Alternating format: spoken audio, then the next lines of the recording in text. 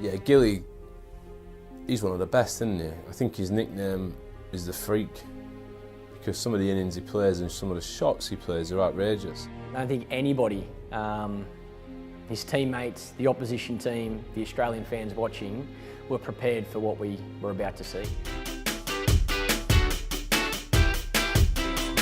Gilchrist was also a talented glove. Gilchrist drive. Oh, wow, what about that?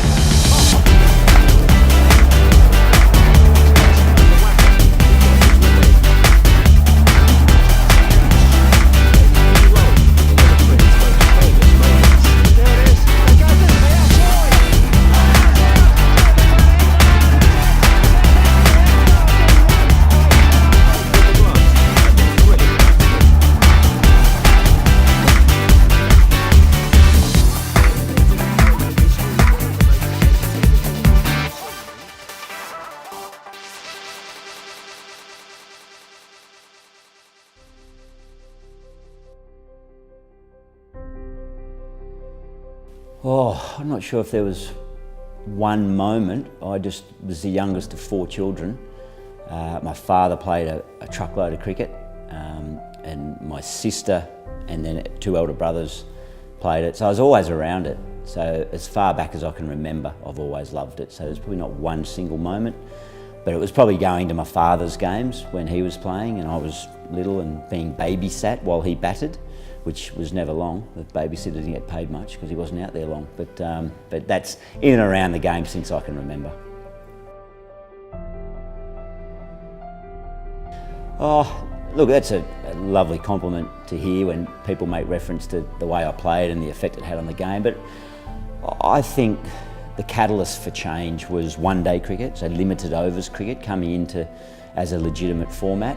So it took a few years, but teams eventually cottoned on that maybe players need to become a little bit more multifaceted and multi-skilled. There were traditionally all-rounders in cricket, batsmen who bowled a bit or bowlers who batted as well.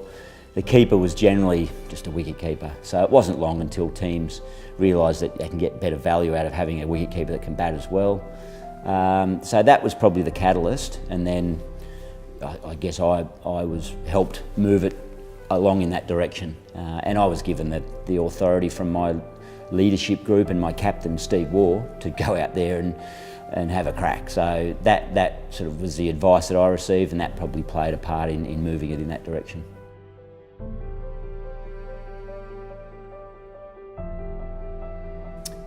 It's certainly a definitive moment in my career. It's the moment in my career I've spoken most about. Which is odd. It wasn't a time where I woke up with an agenda item that I needed to go and table to the cricketing world. I'd walked all the time up to that point, and there's a lot of guys, I must really emphasise this, there's a lot of guys that do walk, but it just so happened it was a World Cup semi-final. It was a sort of a big moment in a game, in the biggest game of cricket at that point going on around the world. So it garnered a lot of opinion and attention.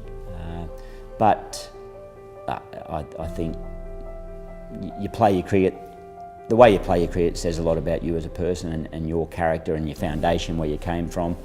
And that doesn't mean people that don't walk are bad people. It's one of those little intricate parts of cricket that will forever be debated. Yeah, but I'm comfortable with the decision I made. I wasn't so comfortable a minute later when got into the change rooms and the boys were sort of not talking to me for about 20 minutes, but yeah, but I'm comfy with it.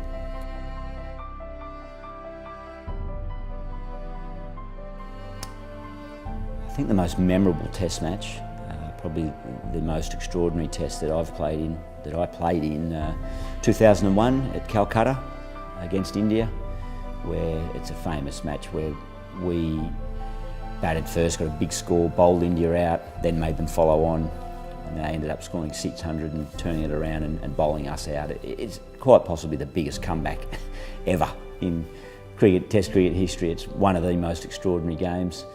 We lost it, but I just sort of knew that we were part of something quite unique.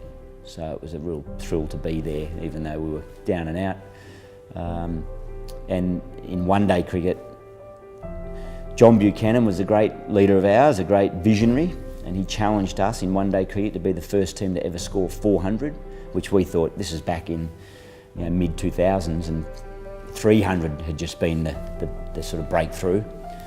400, we thought, you are ludicrous, you're a madman. But I'll never forget sort of tears down his face when we scored 400 for the first time against South Africa in 2006 or 7, was it? And then those tears turned into tears of sorrow when South Africa actually beat us. They got 400 as well and beat us. So that was, again, another losing one, but yeah, groundbreaking stuff for two teams. Oh, it is very tough to narrow down. The best cricketer I played with was Shane Warne, all-round cricket. You know, bowling, clearly the best, slips fielding, one of the best. Batting, he sold himself short, he should have got more runs. Tactically, outstanding. But there's too many to say the most enjoyable. Some of the funniest, Damien Fleming from Melbourne, from Victoria here, a guy called Jimmy Marr. Yeah, the polologist. Jimmy Marr from Queensland, didn't play a lot for Australia, but just hilariously entertaining. Andrew Simons, dry humour. But there's a whole list of guys that just are great mates. Love playing with all of them. Yeah, that's a tough one. Probably Adelaide Oval, particularly in its old form. It's a beautiful state-of-the-art stadium now, but in its old form it was sort of a combination of a backyard and a first-class venue. It had the grass, had the sort of hill, the old scoreboard, and it was just unique in the oval shape. Left-handers like leg side short boundaries, so that probably helped. But Cape Town in South Africa and Lords. Quickest bowler I kept to would probably be Sean Tate and Brett Lee. I mean, when you're getting between 155 to 160 kilometres an hour, doesn't matter. They're all quick. You know, you haven't got much time to change your mind as a batsman.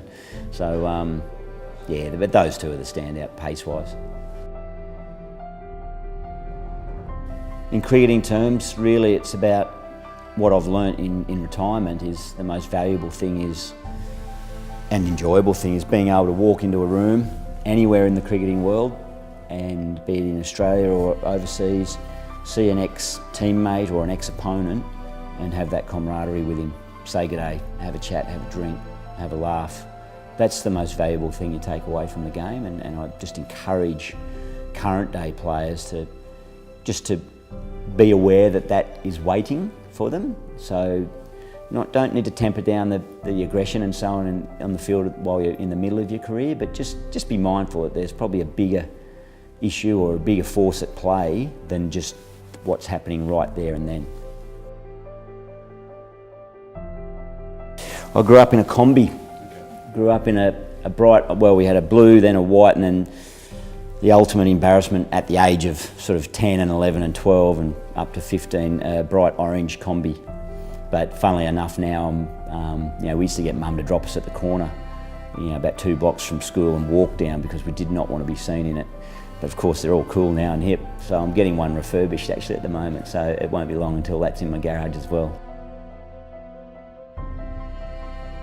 Well, Dutton Garage was recommended to me by Joe Ricardo, actually, as a venue that we might be able to hold a function.